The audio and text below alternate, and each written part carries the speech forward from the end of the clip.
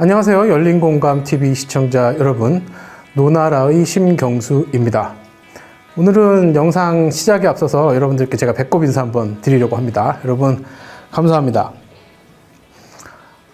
그동안에 이 대선을 중심으로 그 이후로 저희 열린공감TV 후원도 많이 해주시고, 물론 그 전부터도 많이 해주신 분들 계시지만 제가 부탁드린, 특히 노나라를 통해서 부탁드린 이 후원과 관심과 구독자 플러스 1 많이 도와주셔서 정말 감사드립니다. 앞으로도 꾸준히 저희 열린공감 많이 사랑해 주십시오. 부탁드리겠습니다. 오늘 여러분들과 함께 나눌 얘기는요, 민영화에 대한 얘기입니다. 지난 영상에서는 이 민영화에 대한 오버뷰라고 하죠, 개요를 말씀드렸다면, 오늘 영상은 조금 심화학습 같은 겁니다.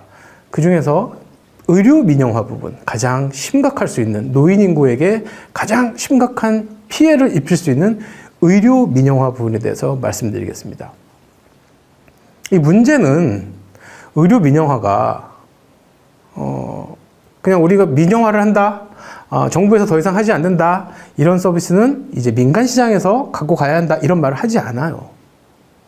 그러니까 여러분들께는, 일반 국민들에게는 이것이 민영화인지 공영화된 서비스인지 구분이 안 된 상태에서 자칫 서비스가 제공될 수 있습니다. 그러면 의료 서비스를 받는 국민들 입장에서는 그런 명확한 구분을 하지 못한 채 이 의료 서비스가 슬쩍 민영화로 넘어가는 그런 일이 발생할 수도 있기 때문에 그러한 일어나서는 안 되는 그러한 어떤 시나리오 중에 하나를 오늘 여러분들께 말씀드리려고 합니다. 이분 아까부터 계속 이렇게 여러분들과 얼굴을 맞대고 있는데 누군지 아시겠어요? 현재 보건복지부 장관 후보자로 대기하고 있는 김승희 씨입니다. 이분은 약학을 공부하셨죠.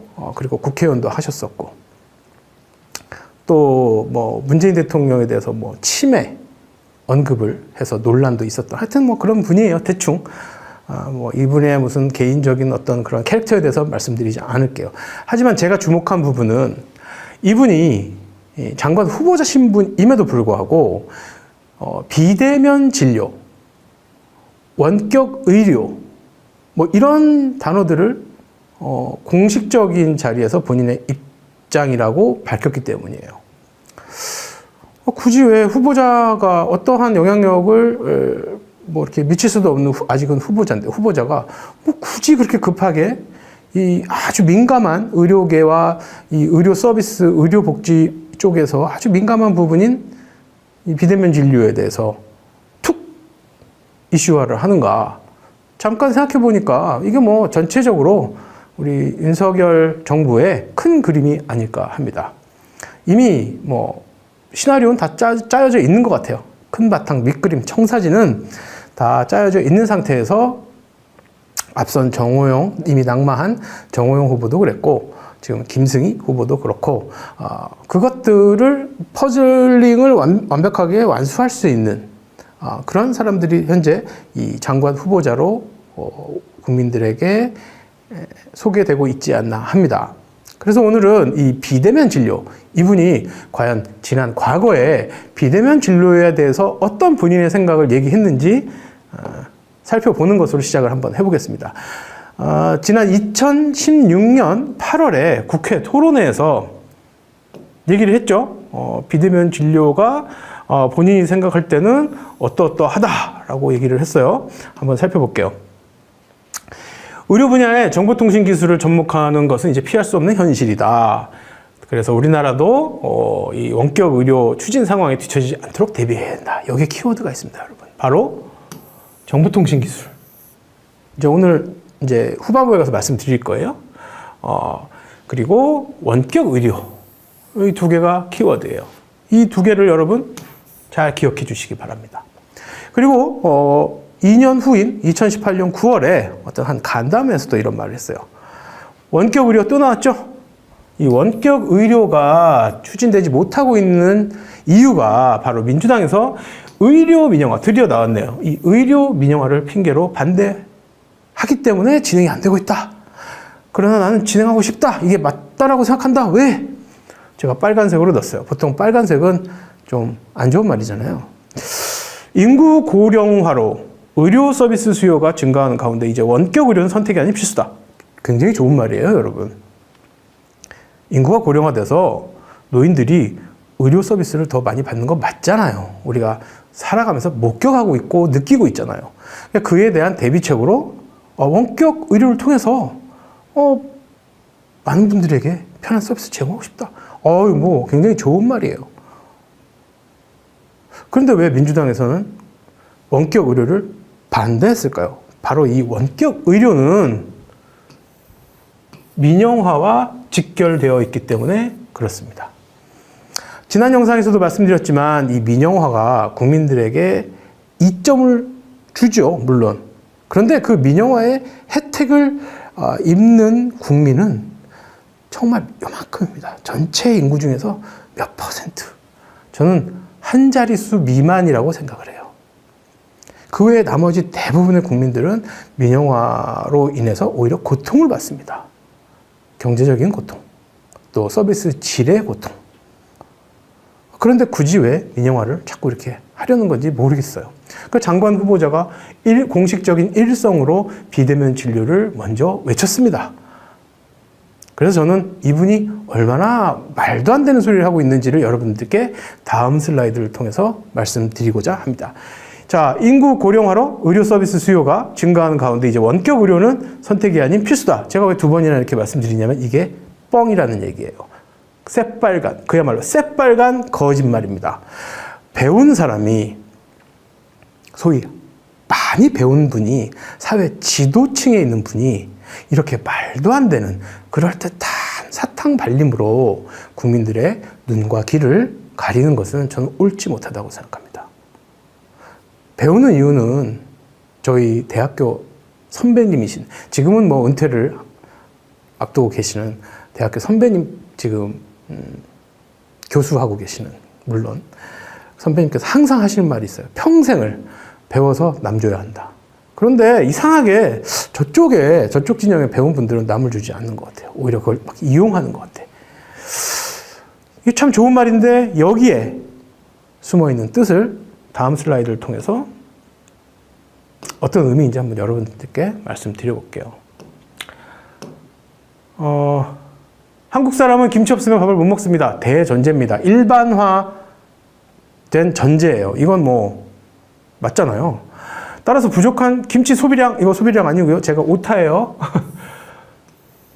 부족한 김치 공급량을 보충하기 위해서 하반기부터 미국 버지니아주에서 재배한 가온 900 품종 유기농 배추로 담근 김치를 상품화해서 시장에 제공할 예정입니다. 이거는 제가 그냥 가상으로 만든 스토리예요, 여러분. 이거 진짜 아닙니다. 제가 그냥 저런 그냥 소설, 픽션이죠, 이거는. 사실 넌픽션 아닙니다, 여러분. 이거 소설이에요, 그냥 제 머릿속에서. 버지니아주 날씨 굉장히 좋은 곳이거든요. 사람 살기 좋고. 그런 데서 좋은 품종으로 아주 좋은 비료를 주고 친환경적인 비료, 유기농 이렇게 키운 배추로 담근 김치를 상품화해서 제공할 예정이에요. 국내에서 하지 않고 굳이 버지니아주에 있는 그런 어떤 농장에서 가온 900라는 품종인 배추로, 얼마나 비싸겠어요, 진짜.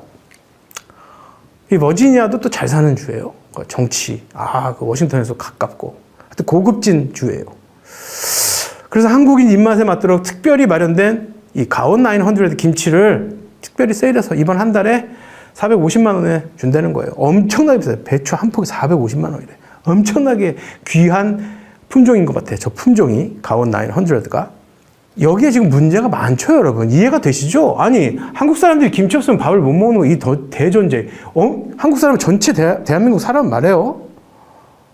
북한 주민 포함. 그런데 그 전체적인 공급량, 어마어마한 이 일반화된 대전제를 만족시키기 위해서 엄청난 일반인들이 소비하는 김치 양을, 그 부족한 공급분을 메꾸기 위해서 이렇게 한 포기에 450만 원 하는 특별한 배추로 공급을 하겠다고 얘기한 것과 같은 거예요. 고령화로 인해서 노인 환자가 늘기 때문에 비대면 진료를 실시해야 한다. 이제 필수다. 얼마나 그것이 사상 누각, 모래 위에 지은 그런 집인지 말이 안 되는 것이 곧 쓰러져요. 왜냐하면 말이 안 되는 거거든 이게. 어불성설, 오늘은 좀 어려운 말 제가 좀 하겠습니다. 제가 어려운 말 잘 모르는데 말이 안 되는 거, 언어 도단, 사상 누각, 하여튼 무조건 안 되는 거예요 이거는. 그래서 이 상황을 이해하시는 분은 지금 아까 조금 전 슬라이드에서 김승희 씨가 말했던 비대면 진료가 노인 인구의 의료 서비스 수요에 맞추기 위한 대비로 얼마나 말이 안 되는 준비, 대응책인지를 이해하셨을 거예요. 이런 논리예요. 다음 슬라이드 볼까요?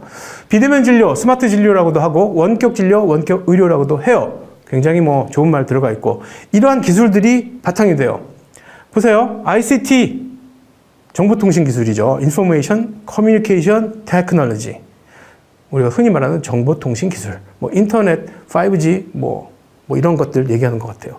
증강현실 아시죠? 이런 거 쓰고 비추고 이렇게 하면 포켓몬 찾으러 다니고 점수 따고 그거 다 증강현실이에요. 어떤 물체를 보면 저를 찍고 있는 카메라를 비추면 카메라가 어디서 만든 거고 어떤 사람들이 쓰고 얼마짜리고 중고시장에서 얼마에 거래되고 그런 이 물건에 대한 인포메이션이 쫙 올라오잖아요. 증강현실. 그 다음에 우리 대중교통 이용할 때 요즘은 그 신용카드나 핸드폰에 들어가 있는 칩으로 다 띡띡띡 터치해서 넘어가잖아요. NFC예요. 근거리 무선통신.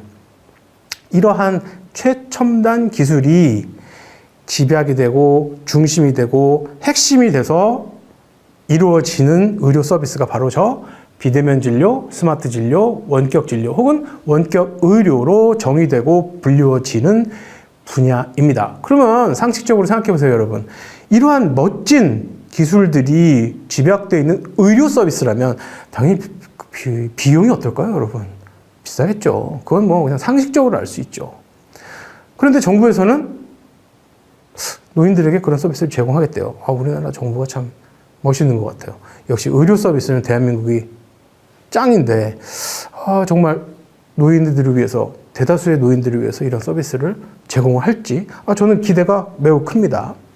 제가 이러한 내용들을 여러분들께 편하게 말씀드릴 수 있는 이유는 제가 과거 2016년 아니면 17년쯤인데 제가 한국에 와서 시간 강사를 할 때예요. 그때 이 프로젝트에 참여를 한 적이 있어요.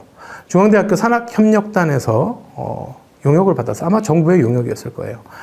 실버 케어를 위한 노인 환자를 위해서 노인들에게 제공하는 어떤 서비스를 위한 융합 콘텐츠 및 ICT 서비스 해외 활용 사례 분석 조사였어요. 그러니까 여기서 주로 한 것은 해외에서 조금 전에 말씀드린 정보통신 기술 ICT 테크놀로지를 이용한 비대면 서비스, 원격 서비스, 스마트 진료 이런 걸 어떻게 무엇을 어떤 수준까지 하고 있는지를 해외 사례를 분석하는 거였어요. 알아보는 거였어요.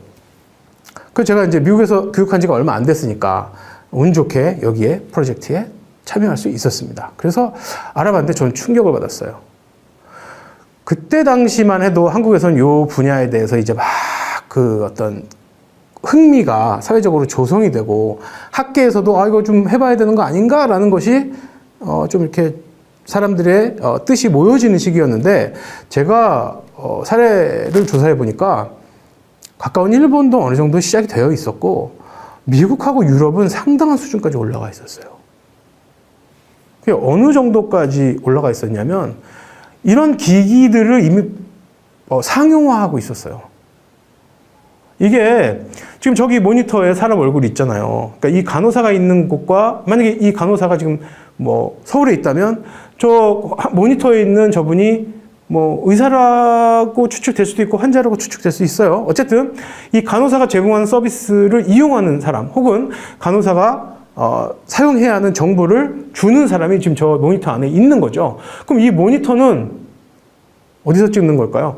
거의 멀리 외국도 되고 인터넷으로 활용이 되는 인터넷 기반의 디바이스를 활용할 수 있는 것이면 어디든지 되는 거죠.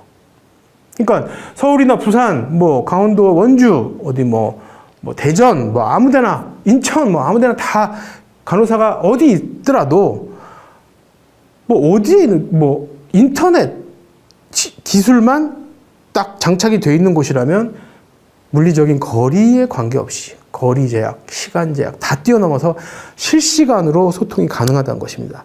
그 소통이 되는 정보, 내용, 결과, 판단, 분석을 바탕으로 제공되어지는 의료 서비스의 한 부분이라는 거죠. 여기도 마찬가지예요. 이게 작은 컴퓨터라고 보시면 돼요. 여기 카메라가 있고, 여기 모니터가 2개 있고, 여기 키보드가 있거든요.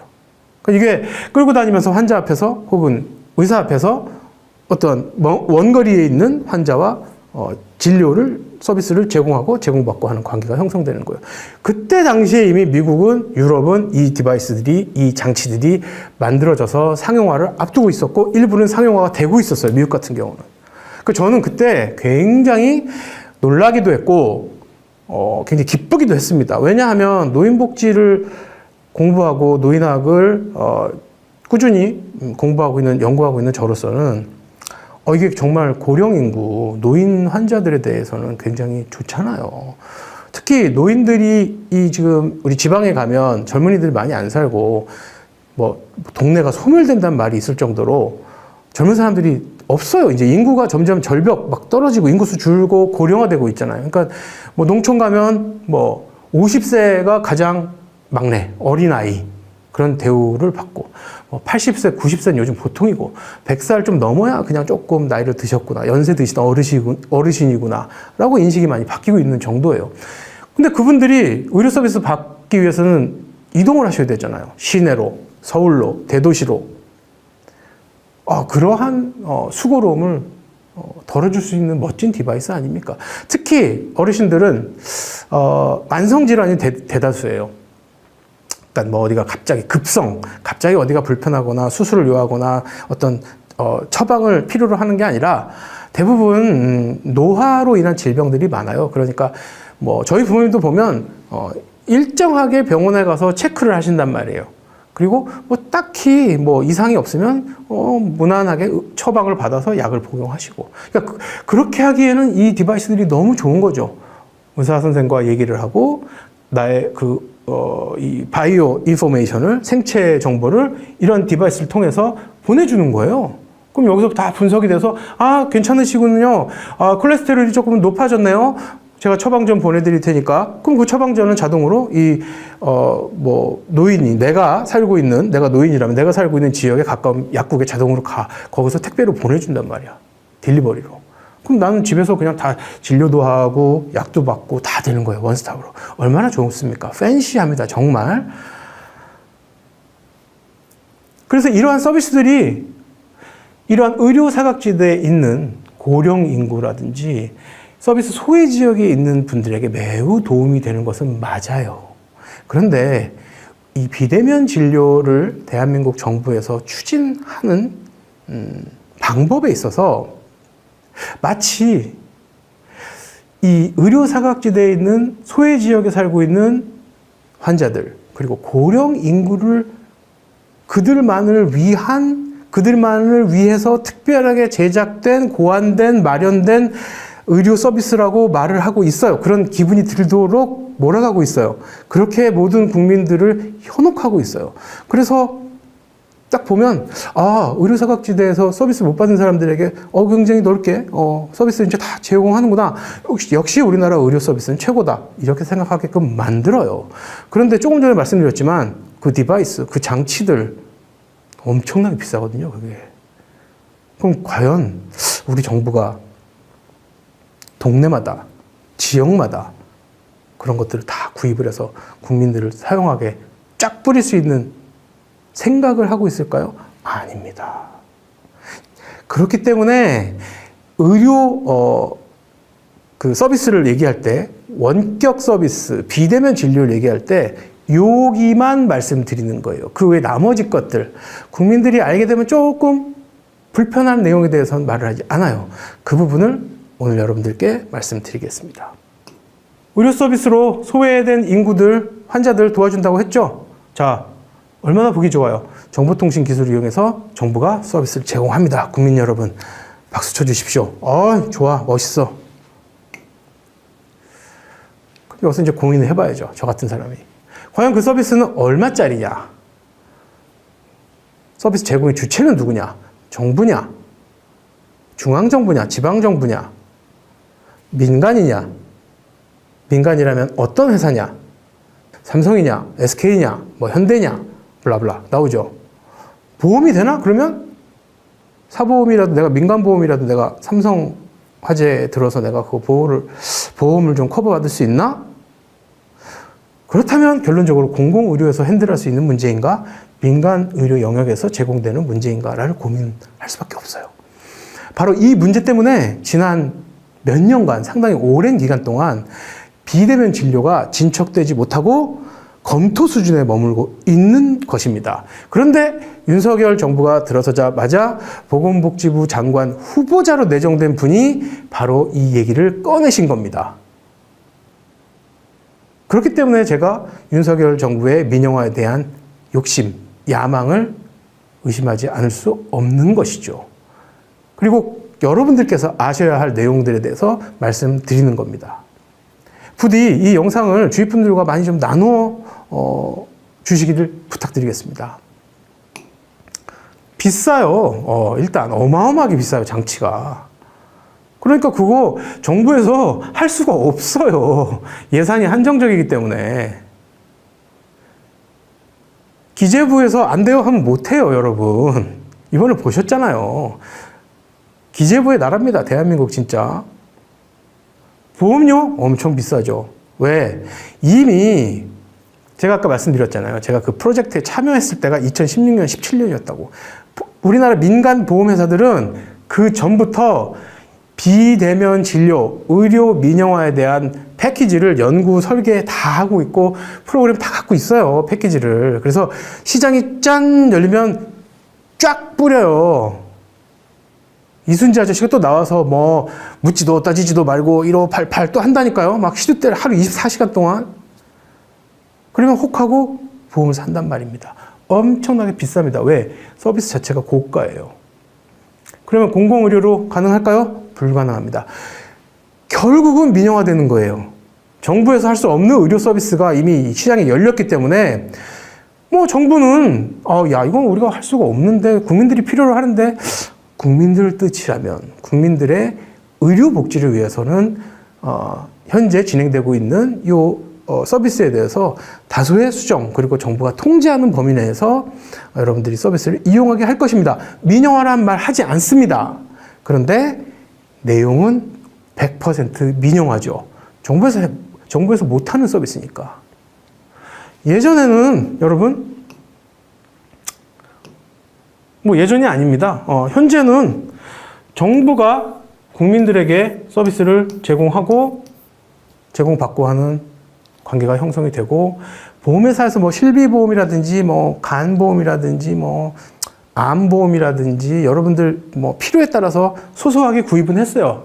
보험회사에서 사실은. 근데 그게 크지 않았어요. 주된 것은 정부에서 숟가락을 꽉 잡고 틀어지고 통제를 하고 있었기 때문에 대다수의 국민들이 저렴한 서비스를 아주 양질의 수준에서 받을 수 있었어요. 하지만 민영화가 되고 아까 지금 오늘 말씀드리고 있는 이 비대면 진료를 시작해서 민영화가 되면 조금 전에 말씀드린 것처럼 보험회사의 수익이 어마어마하게 올라가요. 왜? 보험 프로그램 자체가 굉장히 비싼 것들이니까. 그 뒤에 누가 있나? 대기업이 있죠. 대기업 입장에서는 보험회사의 자회사예요, 대부분. 그럼 대기업은 보험회사로만 돈을 버나? 아니죠. 저건 비교할 수도 없어요. 조금 전에 보여드린 그 막 이상한 모니터 2개 달려있던 그 막 바퀴 달린 키보드 있는 이런 애들 있잖아요. 이런 애들 지금 다 연구하고 만들 수 있는 준비를 다 하고 있어요. 그게 안 되는 회사는 미국에서 수입해와요. 그게 얼마나 비싸겠어요, 여러분. 그걸 통해서 대기업은 주머니를 채웁니다. 수익을 냅니다. 동시에 보험회사를 통해서도 수익을 냅니다. 비대면 진료 서비스는 이 영역은 보험회사와 대기업만 좋은 거예요. 그리고 국민의 요만큼 돈 많고 여유 있게 서비스 이용할 수 있는 사람들. 지금 점 찍었잖아요. 요만큼한테 좋은 거예요. 하지만 대다수 국민들에게는 별 의미가 없습니다. 왜? 민영화 돼버렸기 때문에. 왜? 시장에서 내가 돈 주고 사야 되는 서비스화 되어 있기 때문에. 그래서 민영화를 반대하는 것입니다. 누구를 위한 서비스도 아닙니다, 여러분. 따라서 ICT 기반의 이 비대면 진료는 이렇게 정의할 수 있어요. 고가의 보험료와 의료비를 지불할 수 있는 제한된 환자들에게만 이용 가능한 서비스라고 말씀드릴 수 있어요. 그런데 이걸 왜 해야 됩니까? 우리나라 의료 서비스 좋잖아요. 정말 더 좋은 서비스를 원하시는 분들은 미국으로 가시면 돼요. 근데 왜 그들을 위해서 전체 국민이 손해를 보고 불편을 감수해야 합니까? 이건 전적으로 우리나라 지도자의, 대통령의, 행정부 강요들의 철학의 문제입니다. 국민들을 개돼지로 보느냐, 국민들을 모셔야 할 나의 주인으로 섬기느냐, 단순한 문제입니다. 현 정부의 어떠한 가치와 철학을 갖고 있는지 질문을 좀 하고 싶어요.